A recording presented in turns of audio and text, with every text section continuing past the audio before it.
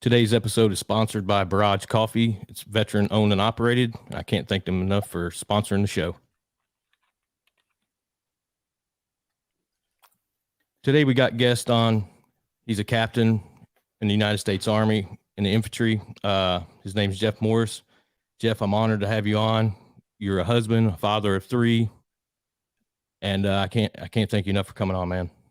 No, Alan, man, happy to be here, brother. I appreciate you reaching out and asking me to be on, man. I'm a big fan of what you're doing with the show and the podcast. So keep up the great work, man. Looking forward to it.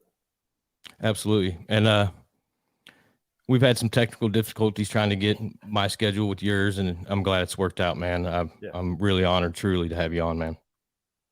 No, hey, man, the pleasure is all mine. Trust me. So you're my first combat arms officer that I've had on my show, and I'm like I say, I'm truly honored. And I like to start off by asking you, my guest, or I should say, is how you grew up, where you grew up, and what led you to join the military. I know it's a lot of answers to that, but that's kind of how I take the route in the podcast. Okay. Yeah, no, man. God, how far back we want to go? How to get the Cliff Notes version here? I was born in Alabama, moved to Destin, Florida when I was real young. Little beach town there in the Panhandle. It's about 3 years old, so that's really all I remember. So grew up down there all through elementary, middle, high school. Just a regular kid. That Panhandle there is a huge military community. You got Eglin Air Force Base with Herbert Fields down there. So Air Force was predominant what I was exposed to growing up. Down the road in Pensacola, you get the big naval station there. Not a whole lot of Army stuff. I mean, yeah, you got the third phase of Ranger School down there. But as a kid, you don't know anything about that. So athlete, just regular kid, nothing special, and didn't grow up in a military family, even though a lot of my friends did, being down there in that area. And it was always just you see it and watch Rambo as a kid and Navy SEALs with Charlie Sheen and all that. Like, man, this would be cool. But it wasn't really until I got to college and started thinking about what the next phase of my life was going to look like after that. Always thought I'd go into federal law enforcement when I got out of school. And, everyone said the best ways to get there is, be an accountant, have a law degree, or have military experience. And I initially thought I was going to go the law school route. So the college that I went there primarily, had an opportunity to play football. Again, I came from very humble means as a kid, so the chance to get school paid for. And the school, Sanford, they had a great law school there as well. But yeah, man, about halfway through college, just, I don't know, history major, got more into reading books about history and military history in particular, and just scrapped the law school thing and decided I wanted to go in the military. Oh, that's awesome. Before we get into your military career, you're also a best-selling author and a speaker at that. And your book is called Legion Rising. You want to talk about that a little bit and tell kind of what the story's about, not going into too much detail. That way people, you're not giving your whole story away without people buying it. Yeah, so the book, and I'll add this caveat, very honest, it's funny, the term best-selling author, you see a lot of people throw that on there, and just, the way it works, and I almost feel like a hypocrite putting it on there. For one, I had a co-writer who, she was amazing, and, did a lot of the work on that. And two, it's not a New York Times bestseller. It's the way it works is on Amazon. If you hit, like number one in a certain genre, like, Iraq war history or something for a day or two, then you get this little ribbon that pops up next to your name. It's like, oh, you can say you're a best-selling author. So I'm not trying to in any way, when I put that out there, that it's been some, that it's up there with some of the books that have sold, hundreds of thousands of copies more than mine has. But yeah, man, the impetus for the book really stemmed from, the story. It's my story kind of told through my eyes, but I always tell people it's really the collective story of two groups of amazing men that I got to lead as a platoon leader during my first deployment. And then in just a weird set of circumstances, kind of ended up being able to go back with relatively the same group of guys, just as a company commander this time for the second deployment. And we were in Baghdad both times, really tough deployments. Platoon leader lost, didn't lose anyone as a platoon leader, but 34 men under my command on Haifa Street there in downtown Baghdad, and had 27 Purple Hearts for injuries sustained in combat. as a company commander, went back, ultimately ended up with 158 men under my command, and lost 8 guys, had 8 KIA. I've had Mm. numerous suicides from the unit since we've been back, and had my own tough times as well. When I came back, survivor's guilt and making decisions, and men lose their lives and the impacts that has. Not just on us as a unit, but most importantly, the families, the moms, the dads, the wives, the kids. That stuff just weighed heavily on me, man. So I had some rough times, but was able to, with a lot of help, a lot of good people in my life. I always say the power of choice and the power of human connection was kind of able to get out of that funk and, take those bad experiences and try to do something good with it, and started doing some nonprofit work. And as things just moved on over the years, was encouraged by many to tell my story in the book, and hence Legion Rising came out. Gosh, almost 2 years ago today, as a matter of fact. Wow. Yeah, I also put a description of your book in the description. I'll put your title of your book in the description. Sorry about that. Can you explain like OCS? Because a lot of people don't know what it is, and like regular guys, they go through, like I went through infantry basic training. I don't believe. Correct me if I'm wrong. I don't believe officers go through infantry basic training. They go through OCS. Correct? You do. It's called different. So I wasn't West Point. I didn't do ROTC or anything. So I had to go through basic training, just like everybody else. What I guess you would call my AIT was OCS. So then I went off to officer candidate school, and it's in officer candidate school where you get your branch finally determined. I was pretty fortunate. I had a really good recruiter who got me infantry guaranteed in my packet. So I went into OCS knowing where I was going, unlike a lot of my peers in there. And then after OCS is where you go off to, I guess, your officer equivalent version of AIT. And for mine, it's called something different now. But when I went through, it was IOBC, the Infantry Officer Basic Course. So it was 16 weeks there at Fort Benning as well. Pretty brutal.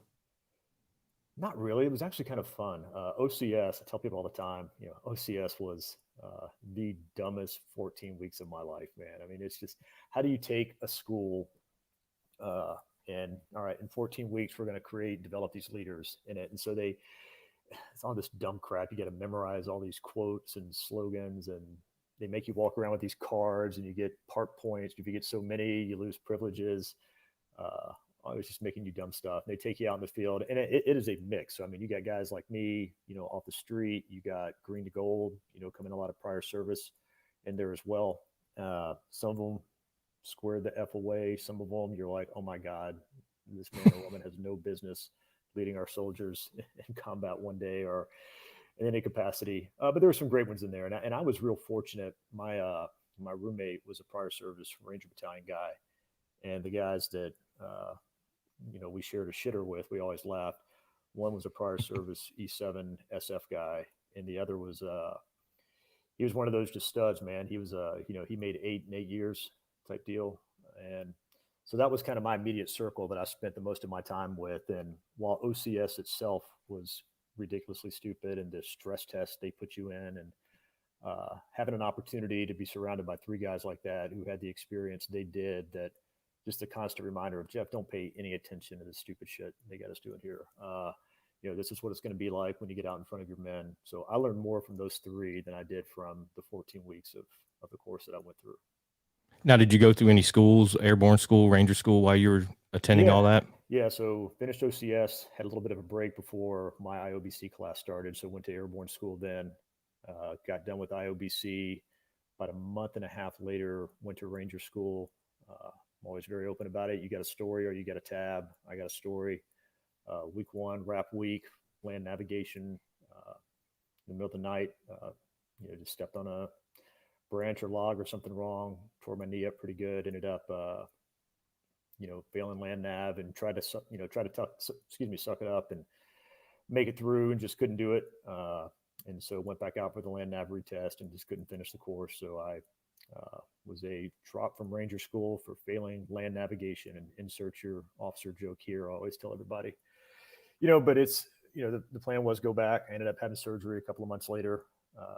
And then I thought, hey, get my knee cleaned up and then get another shot to go back to Ranger School, which they would give you unless you had duty, unless you had orders to a unit that had deployment orders. And I was going to Fort Hood, assigned to First Cav. And so this was early 2004. So I went to Ranger School in October of 03, had surgery in January of 04, and First Cav was deploying in March. And so they told me, too bad, no repeat of Ranger School, get healed up, ship off to your unit. And then, so I got there to Hood about a couple of weeks after the unit deployed.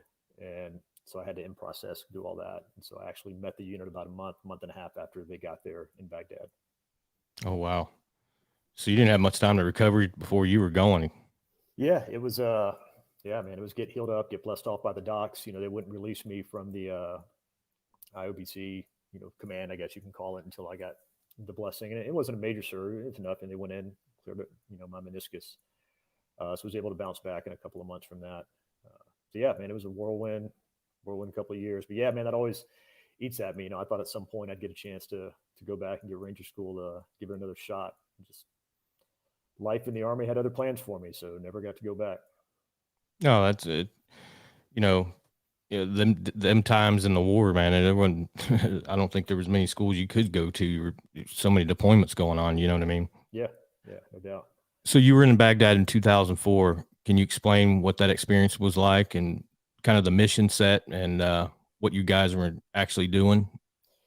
Yeah, so when I got there, I was a part of 19 Cav, and 19 had kind of been dispersed. And without boring the listener with all the details, Bravo 19 had actually deployed as part of the invasion force a year before. And so Alpha 19 and Charlie 19 went over to Iraq together. And then Alpha 19 got detached to a National Guard infantry unit, 153rd, I think it was. And they were there based in the international zone. Charlie 19 had a unit from 153rd. So basically Alpha and somebody from 153rd just swapped places.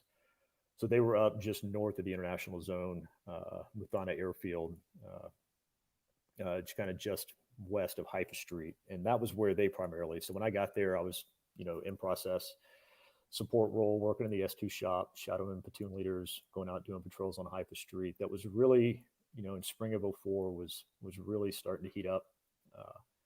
It had, it had seen some contact and some action with the unit before us, but things were escalating quickly. And so when it came time for me to take over my platoon, instead of keeping me up there, they actually sent me down to be with Alpha Company, who was down in the international zone and patrolling a completely separate, we always kid around, it was south of the international zone. If you look at a map, they always call it the penis, the way the Tigris River goes around Yep. I forget what it's, it's not Kark, I forget what the name the area was. And that area was slow as hell, man. There was nothing going on. Baghdad University was there. So just a lot of go out, park our Bradleys, and just sit. There was not a whole lot of patrolling going on. But as things kept picking up on Haifa Street, eventually, about a month later, I took my platoon in July of 04. And then about a month after that, the decision was made to bring Alpha Company back up there and kind of help out the rest of 19. They needed some more mechanized infantry. They had taken, unfortunately, some casualties and some KIA. So we moved up there and started patrolling full time in August of 04. And, man, it was just, you think urban combat, Haifa Street is this, pretty major thoroughfare running through downtown Baghdad, large buildings, 17 stories, 6, 8-story buildings, all right down Haifa Street, huge intersection right in the middle of it called Talil Square, where a lot of action went down. But behind all those big buildings were just straight slums, just shanty towns, raw sewage, no rhyme or reason, just a maze of mud huts. So a lot of, mounted patrols in our Bradleys there for security there on Haifa Street, a lot of dismounted patrols back through the literally, shit walking around there, and just harassed by grenades all the time. And kind of the way they did it, just to provide a little more context. So as a lot of the Al-Qaeda influence was getting out of Fallujah, because we basically announced we were going to go in and wipe Fallujah out. So a lot of the Al-Qaeda in Iraq leadership and influence started shifting to Baghdad. And not that there wasn't before, but more of an emphasis on Baghdad. And I don't know if it's true or not. A lot of Saddam loyalists were from that area. And so Al Qaeda in Iraq kind of had a hub, and they would essentially pay the local populace, just these poor kids, these high school kids, and sometimes 8, 9, 10-year-old kids, just to harass us with grenades all the time. And then every 2, 3 weeks, they would, plan, coordinate, coordinated attack against us, ambush. So, kind of the op tempo was, probably got attacked, 60, 70% of the time. We went outside of the gates. More often than not, it was just small arms fire, or in particular grenades. Then every 2 to 3 weeks, we'd have a big 2, 3, 4, 6 hour firefight with the true insurgents that knew what they were doing. Wow. It's got to be an awkward moment coming to a battalion or a company and they're already deployed. You know what I mean? Is it kind of an awkward situation, or is it like, Yeah. what did that feel like to you? Because they were already deployed and you come over and they're already doing their thing. Yeah, it's kind of weird. I mean, I think one little maybe saving grace that I had going for me is when I was a little bit older, because when I initially was going to go in the military out of college, I was going to go in the Navy and had some shoulder problems, didn't get accepted. So thought the military dream was over, went and worked for a couple of years, and then ended up joining after 9/11. I wanted to give it one more shot. So I say that. So by the time I was 28 when I went through basic training. So when I got to my unit, I think part of it was just being a little bit older, helped me in front of the men. Having learned from those 3 guys, those NCOs that I mentioned earlier, uh, went in very humble. Hey, I'm here to learn. You guys have been doing a certain thing for a while, and while, yeah, I may have my own thoughts and some ideas, my job is not to go out and impart those. My job is to get here and learn. And I had great NCOs in my platoon, man, just some awesome guys. And, I think, they saw the humility, when I got there, that it was sincere. And, they really took me under their wing and kind of showed me the way. So, yeah, maybe a little awkward at first, who is, this FNG shows up. We've been training together for a year, and now we got a new leader that's going to take us in harm's way. But, I give all the credit to the guys, man, just to embrace me the way they did. Yeah, it's like you said, man, the out tempo of the war, things are different, but it was a great group of men. Yeah, just gaining that trust from the men, you know what I mean? Because they hadn't worked with you, never seen you. So that was awesome. They took you on and believed in you and trusted in you and followed your way. That's pretty awesome. So you did 2 deployments. How long were you there the first time? So the first time was there, I guess I was there about 10 and a half months total, because again, I met them a little bit late. So we came home in March of 2005, and the plan was I was going to come back, and made the decision I didn't want to go to Ranger School. I wanted to go because my end goal had always been to get in the special operations community. And so I came back and started my platoon leader. I had a very short stint as a platoon leader, 9 months, there in country. And then as soon as we came back, they moved me to be from being a platoon leader in an Alpha company to go be the executive officer of Charlie Company, which was great because we were on the same base. We worked with those guys day in and day out. When I was in that support role early in the first deployment, it was Charlie Company that I went out with all the time to shadow those guys. So really good relationships there. And so go be the XO, started training up for, doing all the paperwork necessary for, Special Forces Assessment and Selection course. And XO for a couple of months. We got sent down to Katrina, if you go back to August 2005. So we're down there for a couple of months. And then our company commander had made the decision to leave active duty. And what had happened when we came back, so 1-9, the Army, or I should say the Army, but First Cav went through this transformation from traditional siloed armor and infantry units and battalions to these combined arms battalions. So whereas 1-9 was 3 infantry companies, we came back and 1-9 reflagged out to Fort Bliss. And so Charlie 1-9 went over to 1-8 battalion. And so when we got there, we were, now Bravo Company 1-8 battalion. And I say that 1-8 had traditionally been one of those siloed armor battalions. So they had no captains in the queue to take command. And so when our company commander, a guy named Chris Ford, made the decision to leave active duty, they had no captains to take command. So my bosses pulled me in, and I was the most senior lieutenant, or senior lieutenant at the time. I was still, I'd only been an XO for 4 months. So platoon leader 9 months, XO 4 months. And they said, hey, will you take command until we get a captain in, and we'll we'll let you stay in at least 90 days because the way it works on the officer side, that way I could get rated and get that on my service record as having a short command. And they're like, you can keep, start training the men up, because our 135 man infantry company had gone down to like 50 with guys getting out. We really weren't getting any new soldiers in yet. So they're like, just kind of, keep the ship righted and start training the men up, and you can keep training for your SF thing. And when a captain shows up, then, hey, we'll drop your packet. Everything was ready to go.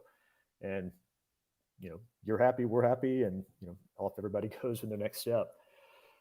So so I took command in October of 2005, what I thought was going to be 90 days.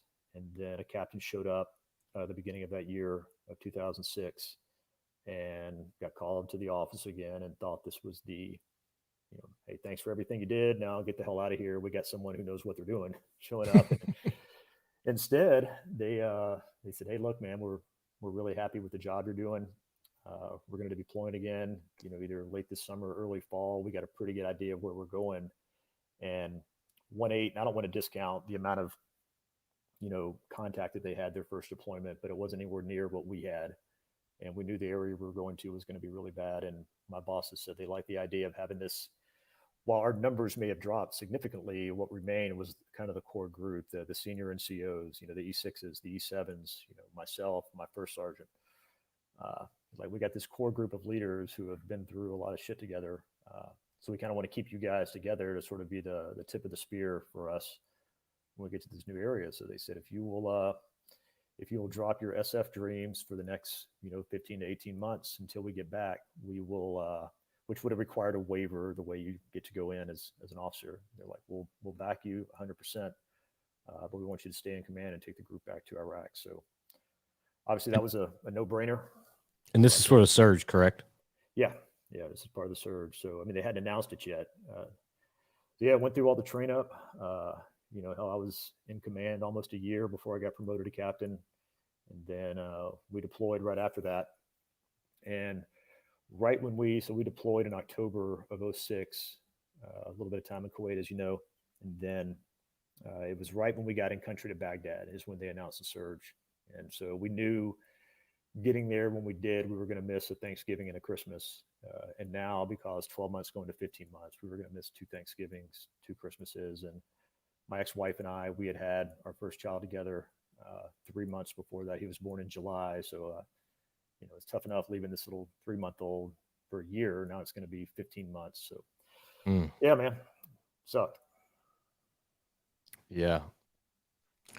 I was lucky I didn't have kids till I got out, so I couldn't imagine what that felt like. And, it weigh heavy in your head. You know what I mean? I mean, it had to, right? Yeah. And part of it is just the first deployment, you go over there and, you're stupid. You don't know what the hell can happen. I mean, I guess in your head, you kind of do know, but at the same time, you haven't been through it and you haven't experienced it. And while my platoon didn't lose anybody that first deployment, the overall task force I was with did. And several of those men had children.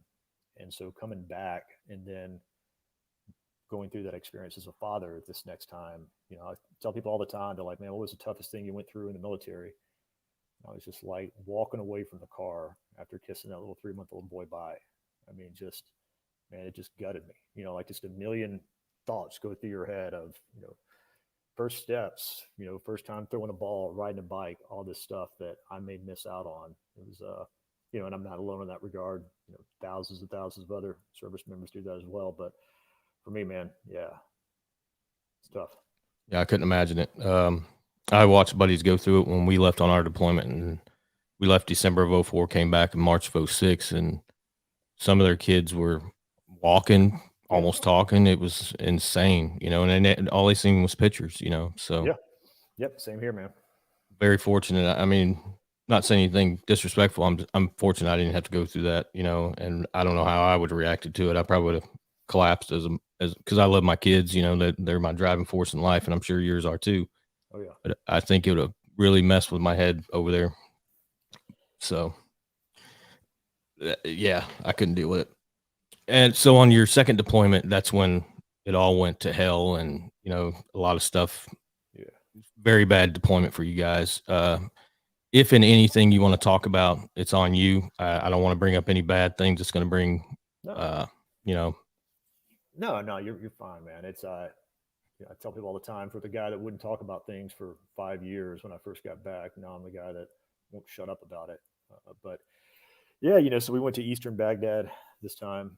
Uh, we were put up, primarily responsible for patrolling right around Sadr City, that area, up into an area kind of just across the river from it that hadn't seen American forces up there since, you know, they had the big Sadr City uprising back in spring of 2004. I guess it was the end of that deployment, 2005. So yeah, so call, you know, a little over a year before, you know, since they had any kind of American forces in sector, and just a lot of changing dynamics on the battlefield. You know, in the year prior to us getting there, you know, you always heard about the IEDs, but you were seeing much more of an influx of the EFPs, you know, the explosively formed projectile. You know, it's the shape charge, which is, you know, it's still an IED at the root, but just much more catastrophic. And, you know, what it can do is just that molten copper slug that hits the vehicle and can penetrate any armor we have. And then it takes the vehicle, and that in turn becomes the shrapnel. So those were on the rise. There was a big time sniper threat that was really getting the unit before us. But what was most worrisome was just the rise in the EFP attacks. And so it was again, kind of a different mission set, whereas the first deployment was much more of a movement to contact, much more of a, you know, find, seek, and destroy the enemy, whereas here was 24/7 presence in sector. You know, so very rarely did we go out as a large company. In fact, my platoons were split into, sorry, I got this damn bug flying right in front of me. no, you're right. So, you know, just smaller units going out all the time. You know, not targeted operations like the first deployment. And, you know, that was a big leadership challenge for me in my senior NCOs, is it was just such a different mission, you know, and it was our job to adapt to what the mission was. But it was just different. And, you know, it's I'm telling you, it's a hard turd to polish, you know, when, all right, so when your man comes up to you, it's all right, sir.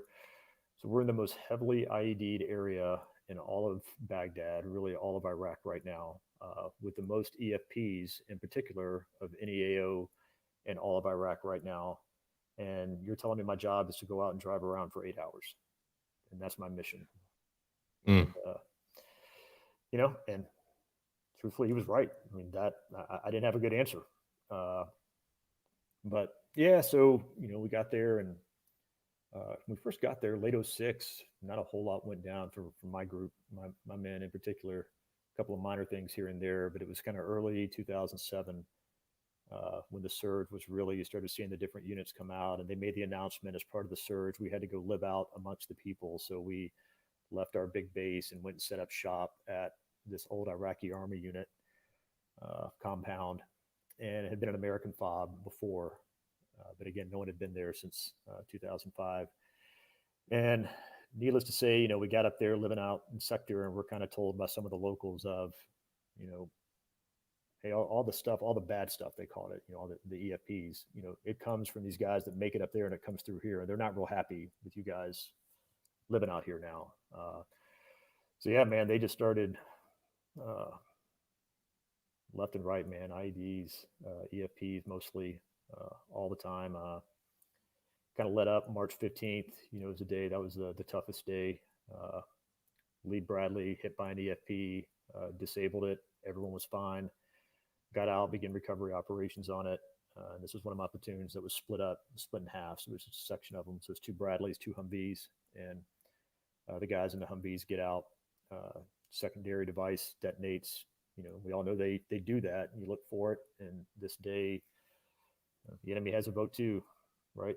And this day he won. We didn't see it. So that one was designed for troops on the ground. It was a ball bearing, you know, think Claymore, you know, version of us. And detonated, hit all 6 men on the ground. 4 were killed instantly. 2 suffered catastrophic injuries and ended up passing in the subsequent days. So that one event, lost 6 men. Was the time as part of the surge was the, you know, single deadliest event of any, you know, one action.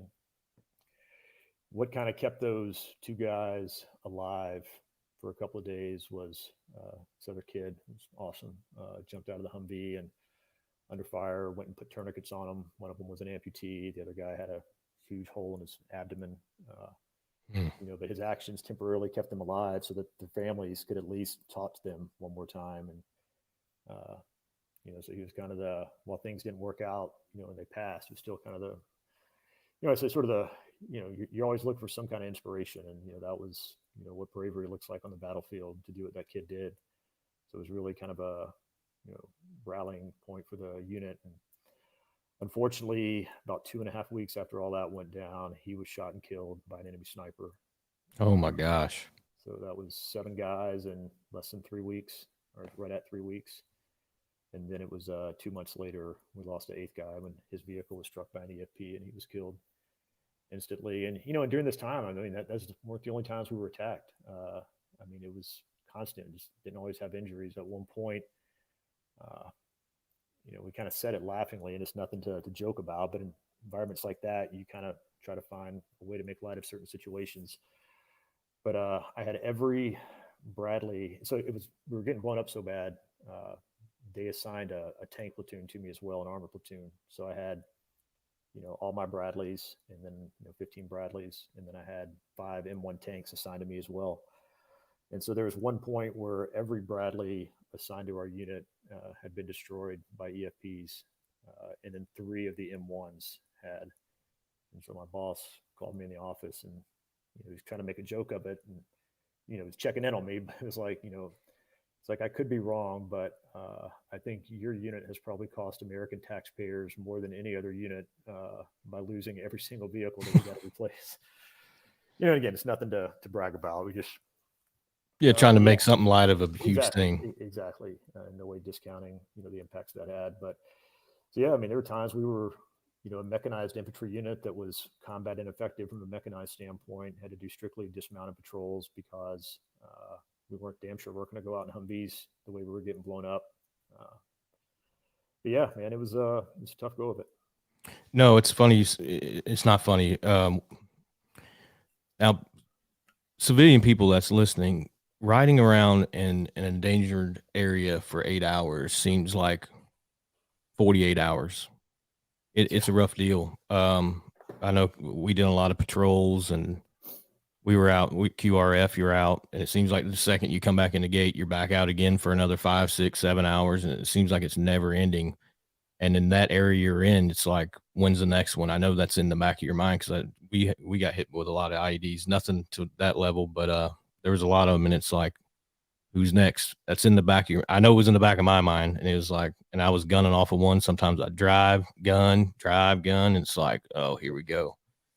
And so them hours, it's like adding 4 hours to 1 hour to each hour. You know what I mean? And it's just long. It's long. Ugh, it's terrible. Well, just the mental toll. That's a lot of what I try to talk about with people. Of people ask me, why is there such a problem in the veteran community? And there's a couple of examples I give. One, you're talking about it now. I mean, just that day in, day out of, we all want hope. We all want something to look forward to. And when you're looking forward to just what you said, the laws of probability catch up, man. And at some point, it's, your time's going to come. And the more you're put in that kind of circumstance, that probability increases, and just the mental toll that wears on you. And then now you take, half these men, we were all together the first deployment, and we didn't really touch on it then, but, I mentioned kids throwing grenades at you. And you can objectify it all you want, man. And guess some throws a grenade at me. I don't care if he's 8 or I don't care if he's 18 or 28. I'm going to shoot him. Yep. And you have every right to do it. But unless you're just a sick son of a bitch, I don't know of any person in the world that wakes up and says, "Man, I hope I get to shoot a kid today." And exactly. Then, but then some of my men had to do that. And then the flip side of that is they couldn't pull the trigger because it was a kid. And then the mental toll that takes on them of, well, damn, by not doing that, that kid may come back tomorrow and throw one and get my buddy, and I may be the one responsible for it. So it's just this day in, day out, just moral, in some cases, moral dilemmas that we're putting our nation's young men and women in. And then, the environment is the constant stress of, the probabilities that I talked about before. And you do that over an extended period of time, and it's hard to flip that switch off, when you come back. So it's, yeah, both of them, man, were two different set of circumstances, but two tough ones. Yeah, and I explained it because I get asked a lot, and before I never would talk about it. I didn't want to talk about it. I didn't want to bring it up. It's a part of my past, Mm-hmm. but it kind of ate me alive, And people would ask me, because they were intrigued by what goes on, and why are you so angry all the time? And I don't have an answer, But what I can tell you is I went from being a gunner on a Humvee for 16 months, going out in the fire, going out in firefights, waiting to get blown up all day, to 24 hours later, I'm back in America, and I don't know. It was kind of weird to me, and I kind of sheltered myself when I first got back, and I didn't want to talk to nobody. I've always had some anger issues, I believe, but it just immensified it. You know what I mean? It just went crazy. And then the drinking, and, thank God I don't drink now, but I mean, it got really, really bad. And I didn't care about anybody's feeling. I mean, I wouldn't say I don't care about anybody's feelings now. I didn't give a shit, It's like, don't talk to me. We have nothing in common. Get away from me, And I hate it, but that's the way my mentality was. No, and I mean, you see that all the time, and similar but different. That was me. I talk about 5 years when I came back, and I like to have a beer as much as the next guy, but it wasn't like I turned to drugs or alcohol or anything. I came back, got divorced. I got a good job and looked good on paper, but I always tell people, like, I was just dark. Like, I did not give a shit about anything except my son.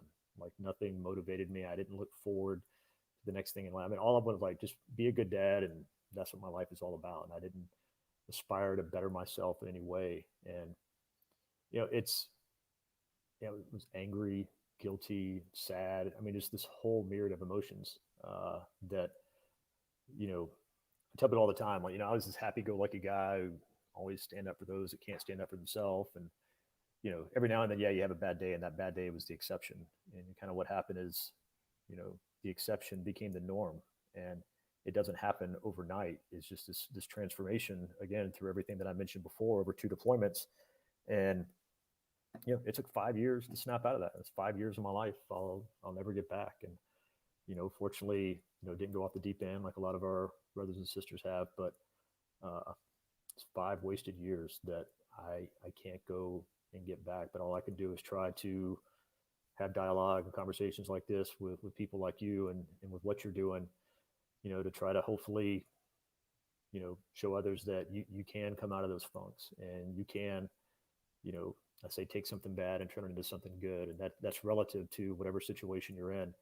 But while all those things will forever be a part of who we are, the more we try to fight those things and compartmentalize them and tuck them away, in the back part of our mind, at some point everything has a capacity, and those things are going to start to seep out. And then the alcohol, the anger, all the self-destructive behaviors, because that's what we do. We go back to those things that take us to the edge, because that's when we felt alive before and felt like we were doing something that meant something. And while we're doing it in a completely different manner now, the rush, the endorphins, is all, that's what we're looking for. And I guess what I'm trying to say is, try to set the example through conversations like this, that you can find that in other non-self-destructive ways that can be more productive and make an impact, i.e. your podcast. Someone's going to listen to it who's going through a tough time, and, hear your story and hear your guest story and be like, well, damn, if he can do it, she can do it, so can I.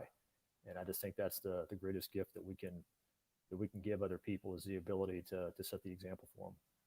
Yeah, and that's why I started this, man. To be honest with you, and I also have NASCAR guys on because I lived that life as well, and they got cool stories, not to our extent, but a lot of them guys went through college, didn't have a dime, lived in their car for 5 days, and made it. Now they're making 6 figures. So it's an inspirational story that if you can live in a car for 5 days, trying to get on a team, eating bare nut. I mean, this is some true stories that one of the guys I'm going to have on, that he lived in his car for 5 days, and now he's making 6 figures and winning championships and races at the highest level. And if one of these soldiers can be like, I'm not saying go get in the NASCAR world, but there's something out there for everyone, and that's why I like sharing these stories on here to everybody goes in that funk, whether you think so or not. I firmly believe I never been suicidal, but I had been down in that funk where I drunk myself retarded. And, I was wondering, you know, my life just wasn't going right. I went through a divorce myself, and thank God for my wife now. She wasn't going to have the drinking part, Yeah. and I stopped, and thank God I did, because I don't think I'd be here. I probably would have drank myself to death because I was drinking so much, but I wasn't a mean drunk or nothing like that. I was just, if there were 50 beers in there, we're going to drink 50 beers. You know what I mean? If there's 30, I'm going to drink 30. I didn't have a stopping limit, so yeah. And that's kind of, I'm glad you brought it up the way you did, because that's why I started this podcast and why I have the guys on that I have that have inspirational stories, and yours is really amazing. But I want to shift gears a little bit to where you earned a Bronze Star and with Valor in Baghdad in 2004. Can you talk about that a little bit, and for a lot of people don't understand why you get these medals that you get? If you want to talk about it, if not, I understand. No, no, and I throw the caveat of a couple things. It's like, one, there's a fine line between valor and stupidity, or just plain dumb luck sometimes. And I was definitely lucky in this regard. And I say that day was, so it's September 12th, 2004. One of the most, not that awards mean shit in the grand scheme of things, but that battle that day, for Baghdad, I think had more valor awards than any other fight in Baghdad that year. So there's two guys were put in for distinguished service crosses. They ended up getting downgraded to silver stars. I was put in for a silver star. It was downgraded to a bronze star with valor, and then we had several more that were put in for bronze star. Basically, everything got downgraded that day. It was kind of, and some people have their own thoughts on that. It was early in the war, and you had, colonels and generals making recommendations on awards that, a lot of them hadn't seen combat. And I don't know. Some people made a big deal out of that. I didn't care, but yeah, mine was just, I guess it was not really one singular event or thing that I did that day. It was kind of a culmination what other people perceived as, valorous acts. And I was very humbled when they put that it was, it was my men that put me in for it. Uh, so yeah, it was. I guess the main thing that they highlighted was, a grenade rolled into the area we're in, and two of my men were facing out, and the grenade was rolling in behind them, and they didn't see it. They were next to a cement pillar, and that's where I say, just lucky is, I just made a guess to, you know, move over, grab the men, and then pull them back on the other side of the pillar, and hope that the grenade rolled on the side that I thought it was going to. And luckily it did, so it protected myself and these guys, and it didn't detonate right behind them. But yeah, that was. No, that's pretty crazy, man. A lot of people, you don't know how you're going to react in that situation, Mhm. and thank God it was the right way, and it panned out great for you guys. And yeah, I couldn't imagine going through that either.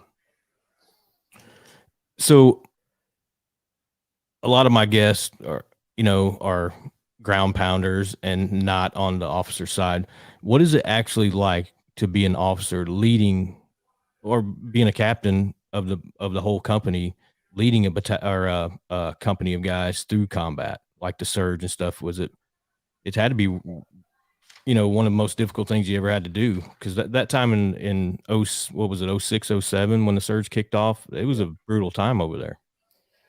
Yeah, the running joke is kind of say, like, man, who did we piss off to get sent there? And we got there in the spring of '04, right when the insurgency kicked off, and then we got there right when the surge was announced. And but to what was it like? Uh, Difficult, yeah. I'll give you a bunch of different things to describe it, but what I always say, man, it was the single greatest honor and privilege of my life.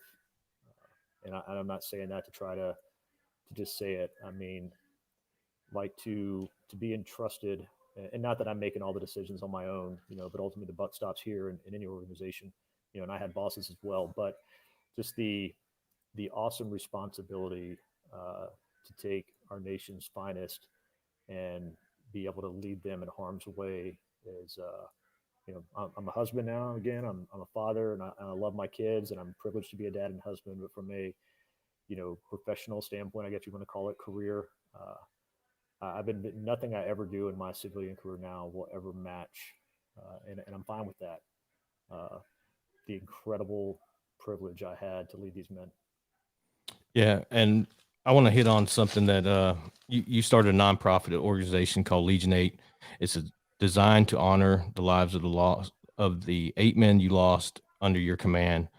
Can you go into that and what it does and how people can help, or can they donate to the organization? What's it about, and how can people help you? Yeah, so it started when I kind of started coming out of my funk and started sharing things and talking about things. And sorry if you hear any background noise. My wife went and got on the Peloton while we were No, you're talking. fine, I man. told her to turn the volume down, and it's loud on my end. But so when I was kind of coming out of my funk, I started sharing my story with some people, and I started doing CrossFit at the time. And so we came up with this idea to do a CrossFit memorial workout, and our unit nickname was Legion, and I had referred to the men as the Legion 8, so we called it Legion 8. And this was 2012, first time we did it. It grew, more and more places doing it around the country. So eventually went the nonprofit route back in 2017. I purposely, we there's a lot more ideas and things that I want to do with it. Right now, with my wife and I, now we have a 5, 3, and 2 year old. I have my older son, 15. Just moved from Texas to Indiana. So I say all those things that you know I'm not going to half-ass Legion 8 when I'm talking about the name and memory of 8 of my men and their families. And so we've done enough to stay relevant. We do a couple of good things a year to make a difference in some people's lives, not just the families, but really other veterans whose families have been affected by tragedy and trauma, and in some cases non-veterans. Because PTSD is not exclusive to the military, and neither is tragedy and trauma. Don't discriminate, I always say. So you know I got bigger plans for it. It's funny you bring it up. I'm actually having a meeting here in the next couple of weeks. So for now, I'm not out actively soliciting donations because uh, there's so many veteran organizations out there, and they're all great, and they all have the best intentions in the world. But there's so many of them, it almost kind of starts muddying the waters a little bit. And again, I'm in no way diminishing, what all these organizations are starting out to intend to do. But I just really keep asking myself as we look to scale and grow Legion 8, what do I want that to be about? Do I just want to be, do I want it to be just like every other veteran nonprofit? And if that's the case, that's fine. That's a good thing. Or there are bigger and better things we could do with it by maybe partnering with other organizations. So that's kind of what I'm going through now. But more big things to come on Legion 8, say in the next year. No, that's awesome. I think I try to follow some nonprofits, and there's some good ones out there. There's some scams out there, Exactly. and if you could just keep me up to date, and I'll keep it posted on my timeline what you got going on. And Yeah. Yeah. I think Absolutely. it's a great thing what you're doing, man. That's um, It goes back to, and thank you for saying that. It goes back to, when we lost these men, you talk to the families, every family has the same wish, and it's, I don't want my boy's name to be forgotten. Uh, and, so we always, what are we about? We're always, me and the men, we take a lot of pride in, we made that promise, and we always say promise kept. And that's just one of the things that we say to each other all the time. We remind each other all the time that, life goes on as it should. And I'm not saying you to sit around and wallow in sadness because these terrible things happened 14 years ago. But that promise is something that we made, and it's one we're always going to keep. And so uh, people kind of ask me, like, what is Legion 8 about? And I always say it's a promise kept. no, that's amazing. I got a couple questions I want to ask you, and then we'll kind of wrap it up, man. Your story's crazy. It's amazing. Um, I knew when you sent me the bio this morning, it touched me. So, what is your favorite quote you've ever heard or ever used? It's kind of cliche because so many people have used it, and it's something that's kind of the constant for me over 2 deployments. But it was the Teddy Roosevelt "Man in the Arena" quote. It's long, so I won't recite it here, but that's always been my favorite. But one that, and again, this is nothing unique, but something that's really just resonated with me. I think it's shorter and kind of sums up the kind of leader that I wanted to be, the kind of husband I want to be, the kind of father I want to be, coworker, you name it, friend, is you know, listen to understand, don't listen to respond. And I think in today's world, with everything going on, people aren't really hearing what the other person has to say. They're just more thinking about formulating their response. And so that's one I always remind myself of also. No, it's a great one. Another thing, I don't know if you're a gun guy or not. If you are, do you conceal carry, and what platform do you use? I like to ask the guys, especially combat arms guys, they're all into the guns and stuff. And I am myself. My one buddy, he builds guns and messes with guns every day. Mhm. So Yeah, no, mostly I've been more of I was kind of been a Glock guy. We do got to sit. My wife actually, when I got her into it, I'm like, you're not going to shoot what I shoot. Go. We rented a bunch. Try out what you like. So she actually has a Sig.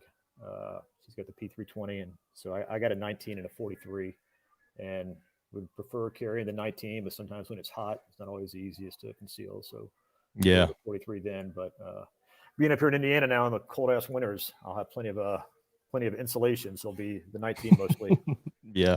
yeah. It's a little awkward to conceal for sure. That's what I got Yeah. as well. It gets a little weird, especially appendix carrying. So Yeah. I'm a big Glock guy myself. Do you do any hunting or fishing or outdoorsman at all? I don't. I love getting outdoors, but just never grew up hunting. I'm not against it by any stretch of the imagination. I grew up on the beach, and yeah, fishing was huge down there, and enjoy going out. Uh, love getting out in the water. But in one of life's great ironies, so I grew up in Destin, Florida, which is known as the world's luckiest seafood fishing village, and I'm allergic to all seafood.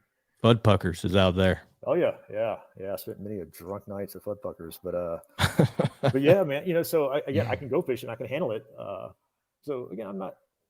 So just when it's, most of my time, I like getting outdoors and working out. When I have time, I would love to play more golf. These four kids of mine run me to death, so I don't get much time to do that. But yeah, just anything to get outside, man.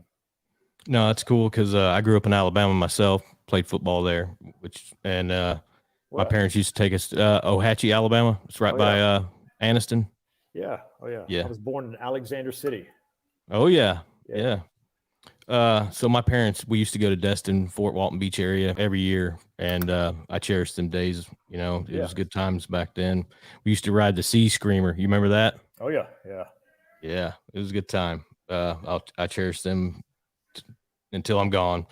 But last thing is, you played football. You were an all conference and team captain.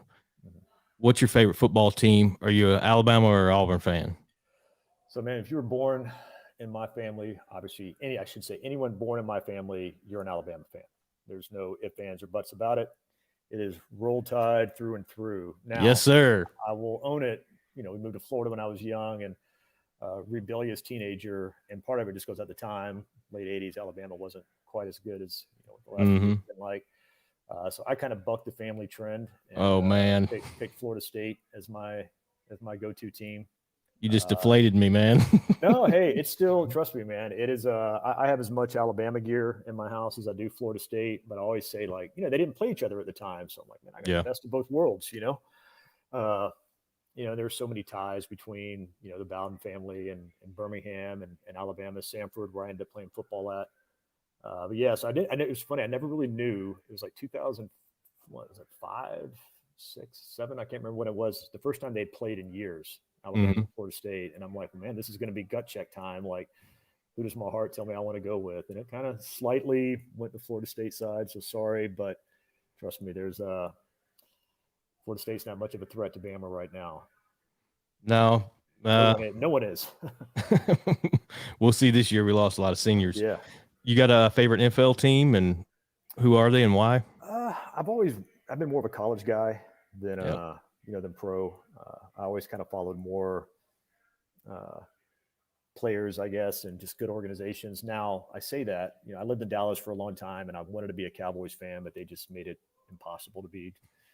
Uh, but yeah, being up here in Indy now, you know, Colts, good organization. So I'm gonna try this Colts thing out and see if I can actually have a go-to NFL team for once. Well, if it don't work out, we always can take some more Steelers fans. My dad was a huge Yeah, Steelers fan, and it was I either always get. Go ahead. I was going to say, I always actually, when I say I followed players, a lot of them were like guys that drafted Florida State players, and Brian McFadden. Oh yeah, What was his name? The linebacker Timmons. Lawrence Timmons. Yeah, Lawrence Timmons. Oh yeah. And so I've always liked the Steelers as well. Yeah, my dad was either you get your ass outside and play, or you can come in here and watch Steelers. Yeah. You pick. You know what I mean? So yeah, I've been a huge Steelers fan since I was a little boy, and then growing up in Alabama, it is either Roll Tide or War Eagle. And my brother, he's a War Eagle fan, and I'm a big Alabama fan. My buddy that I played high school football with, he was a big Alabama fan, and he kind of, we were young. His name's Abby, and went to his house for my first Alabama game. I'm like, I'm good. I'm at Roll Tide all the way. So no, it's funny, real quick, and then I actually got to run. I got a work call. Yes, sir. Up, but my wife, I always give her a hard time. She's a Yankee from up north, and I say that with now, hell, I guess I am too. But we first started dating. She was like, "This is down in Texas." It's like, how in the hell can you sit around and watch football for 10 hours on a Saturday? And she just couldn't get everything. And then she went to Florida with me one time, and Alabama was playing Georgia, and like saw the spectacle of event that was at my family's house, and how everything stopped and everything revolved around the game. And she just looked at me and she was like, "All right, now I get it." Yeah. She still doesn't do it, but she doesn't give me as much shit for spending so much time doing it. Yeah, I'm excited for it to start. Yeah. Oh yeah. Jeff, I appreciate you coming on, man, sharing your story. It's a humbling story, and I hope people enjoyed it. Thank you for sharing everything that you did. It truly touched me, and I know it was hard for you to deal with, and you still deal with it today. Thank you for your nonprofit deal. I'll keep me updated on it, and I'll share it as much as I can. And again, thank you for taking your time out of your day to come on the show, and I can't thank you enough. I'm honored. No, Alan, man, thank you for the opportunity. Like I said before, man, if it's platforms like this that there's so many just great stories that more people need to hear, and the more platforms and podcasts that we can get out there, the more the merrier, I say, man. So props to you for doing it, and appreciate all the hard work. So thanks for having me on. Yes, sir. Thank you.